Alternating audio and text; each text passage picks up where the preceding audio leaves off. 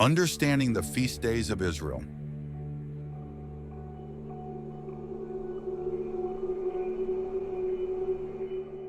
The feast days, commonly referred to as the 7 feasts of Israel, were 7 festival days established by God as part of the covenant made with the nation of Israel at Mount Sinai.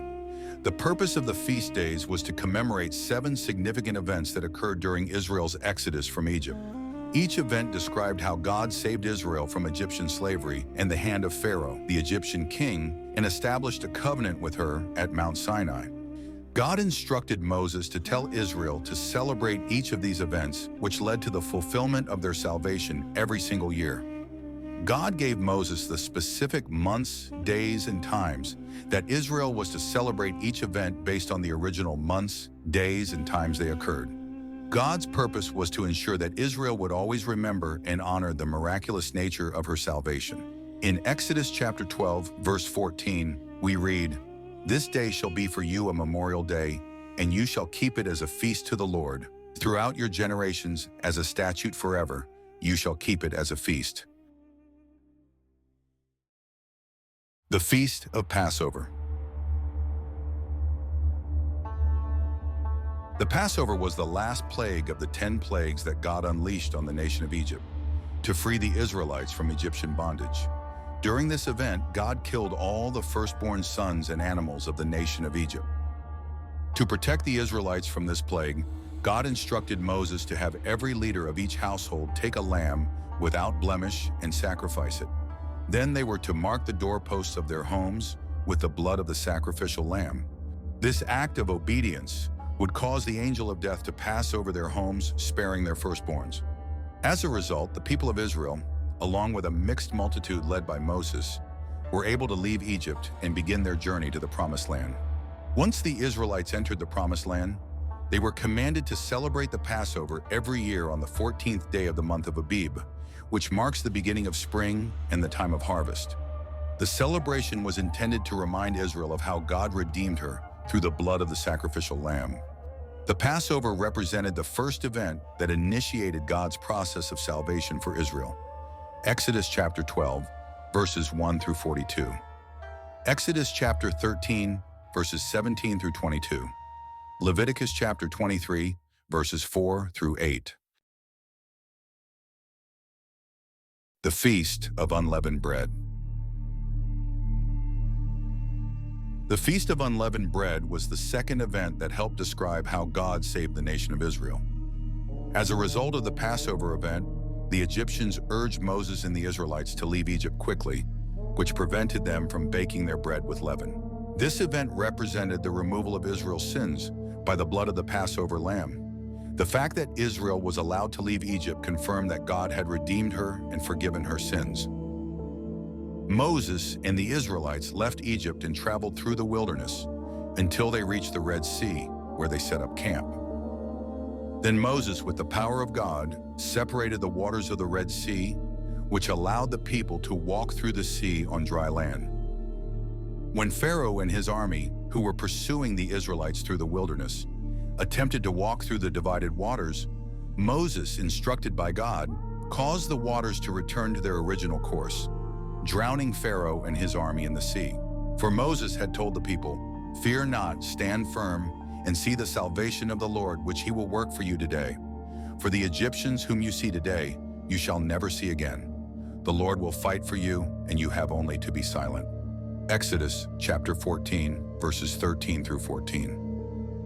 God commanded Israel to celebrate this event on the 15th of the month of Abib, a day after the Feast of Passover. This celebration represented the removal of Israel's sins committed in Egypt under the laws of Pharaoh and the Egyptians. It also represented the death of Pharaoh and the end of Egypt's kingdom, which had enslaved Israel for 400 years. Genesis chapter 15, verse 13. Exodus chapter 12, verses 14 through 20. Exodus chapter 12, verses 33 through 39. Exodus chapter 14, verses 15 and 16. Leviticus chapter 23, verses 6 through 8. Acts chapter 7, verse 6. The Feast of First Fruits and the Resurrection. The Feast of First Fruits was the third significant event that illustrated Israel's salvation from Egyptian bondage. 2 days after the Passover, Moses and the Israelites crossed over to the other side of the Red Sea. Once they had safely crossed and their enemies were destroyed, the Israelites experienced a new beginning. It was as if they were reborn and resurrected from the dead, and they began a new life with the God of their ancestors, Abraham, Isaac, and Jacob.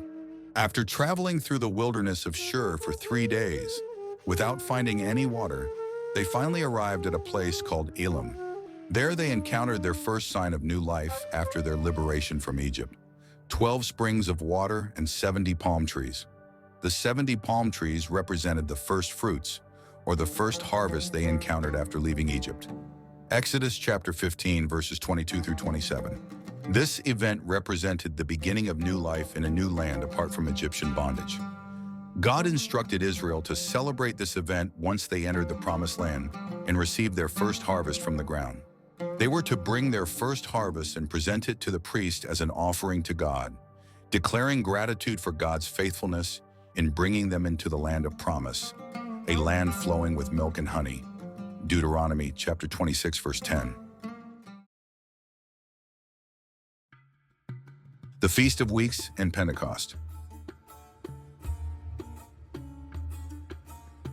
The Feast of Weeks, also known as Pentecost, was the fourth event that took place during Israel's exodus from Egypt. 50 days after Moses and the Israelites crossed the Red Sea, they arrived at Mount Sinai, where they set up camp. Then Moses ascended the mountain to speak to God, who presented his good news to Moses to present to the elders of Israel. "You yourselves have seen what I did to the Egyptians, and how I bore you on eagle's wings and brought you to myself." Exodus chapter 19, verses 3 through 4. God wanted to remind them of the great deeds he had performed in Egypt, to free them from Egyptian slavery and lead them to himself at Mount Sinai. God had redeemed them through the blood of a sacrificial lamb, which allowed Moses to lead the people on a 2-day journey through the wilderness, crossing the Red Sea into new land. After reminding them of his deeds, God presented a proposal for Moses to share with the elders of Israel. "Now therefore, if you will indeed obey my voice and keep my covenant, you shall be my treasured possession among all peoples, for all the earth is mine, and you shall be to me a kingdom of priests and a holy nation." Exodus chapter 19, verses 5 through 6. The leaders of Israel agreed to the proposal and affirmed their commitment by saying, "All that the Lord has spoken, we will do." After this declaration, God instructed Moses to prepare the people of Israel and their leaders for the giving of the covenant law, for God would descend on Mount Sinai to communicate his covenant directly with the leaders of Israel. The leaders of Israel, who consisted of priests and elders, were then consecrated by Moses.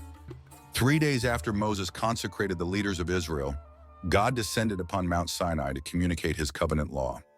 The scene was filled with thunder, lightning, a thick cloud, and a loud trumpet blast, which instilled fear among the people. Moses led the Israelites out from their camp to the foot of the mountain, which was enveloped in smoke as the Lord descended in fire. This frightening sight prompted the leaders of Israel to ask Moses to serve as their intermediary with God. They requested that he ascend the mountain to receive the law and then convey it to them. After receiving God's confirmation about their request, Moses obeyed and returned to share all the words and commandments given to him by God. The leaders responded, "All that the Lord has spoken, we will do." Exodus chapter 24, verse 3.